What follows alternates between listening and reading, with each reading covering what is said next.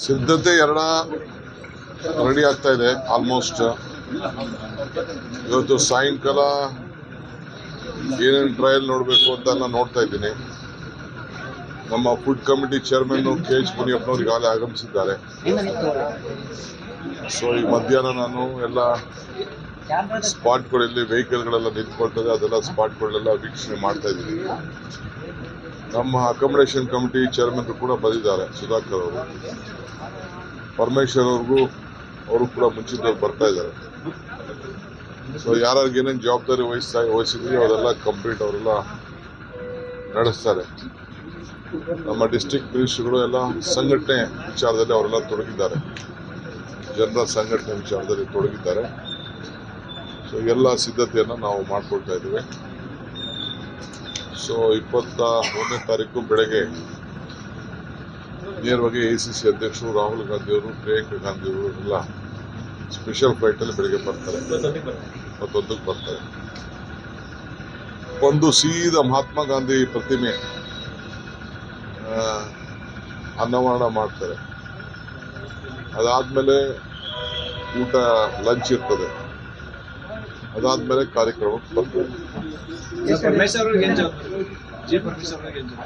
Entire ಇದಕ್ಕೇನೆ ಅವರು reception committee chairman ಇದ್ದಾರೆ. ನಾನು ಹೆಂಗೆ ಎಣ್ಸಕ್ಕಾಗ್ತದೆ ನೋಡೋಣ. ಜನ ಇದೇನು ಯಾರು ಬೇಕಾದ್ರೂ ಬರ್ಬೋದು, ಯಾಕೆಂದ್ರೆ ಇದು ಗಾಂಧೀಜಿಯವರ ವಿಚಾರ.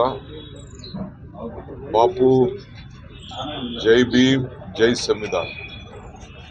ಅಂಬೇಡ್ಕರ್ ಅವರು ಎಲ್ಲರಿಗೂ ಸೇರ್ಕೊಳ್ತಾರೆ. ಸೊ ಸಂವಿಧಾನ ಕೂಡ ಎಲ್ಲರಿಗೂ ಸೇರ್ಕೊಳ್ತದೆ.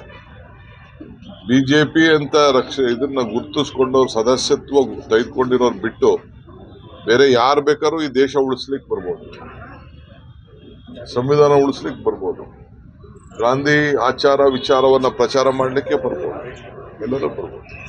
ಬೆಳಗಾವಿ MP ಅವರು ಜಗದೀಶ್ ಶೆಟ್ಟರ್ ಅವರು ಈಗ ಜಸ್ಟ್ ಒಂದು ಆರೋಪ ಮಾಡ್ತಾ ಇದ್ದಾರೆ. ಕಾಂಗ್ರೆಸ್ನವರು ಏನಂತಂದ್ರೆ ಸರ್ಕಾರಿ ಹಣದಲ್ಲಿ ಜಾತ್ರೆ ಮಾಡ್ತಾ ಇದ್ದಾರೆ ಇಲ್ಲಿ ಬೆಳಗಾಮಲ್ಲಿ. ಗಾಂಧಿ ಫೋಟೋ ದುಡ್ಡು ಎಲ್ಲ ಜಾತ್ರೆ ಮಾಡಿದ್ದಾರೆ. ಅವ್ರು ಬಂದ್ರೆ ಬೆಳಗಾಂ ಒಂದು ಟೂರ್ ಕರ್ಕೊಂಡು ಹೋಗ್ತೀನಿ, ಅವ್ರಿಗೆ ಟೂರ್ ಕರ್ಕೊಂಡು ಹೋಗ್ತೀನಿ.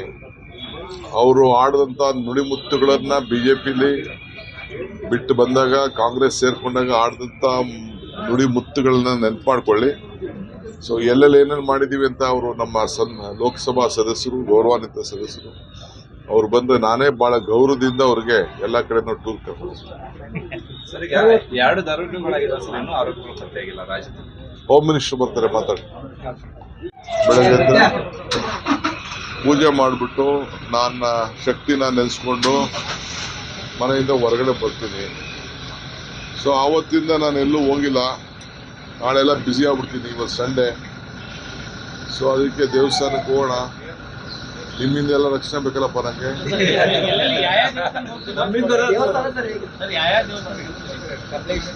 ಸದ್ಯಕ್ಕೆ ಈಗ ಈಶ್ವರನ ಭೇಟಿ ಮಾಡ್ಕೊಂಡು ಬರ್ತೀನಿ, ಆಮೇಲೆ ನಿಮ್ಗೆ ಭೇಟಿ ಮಾಡ್ತೀನಿ.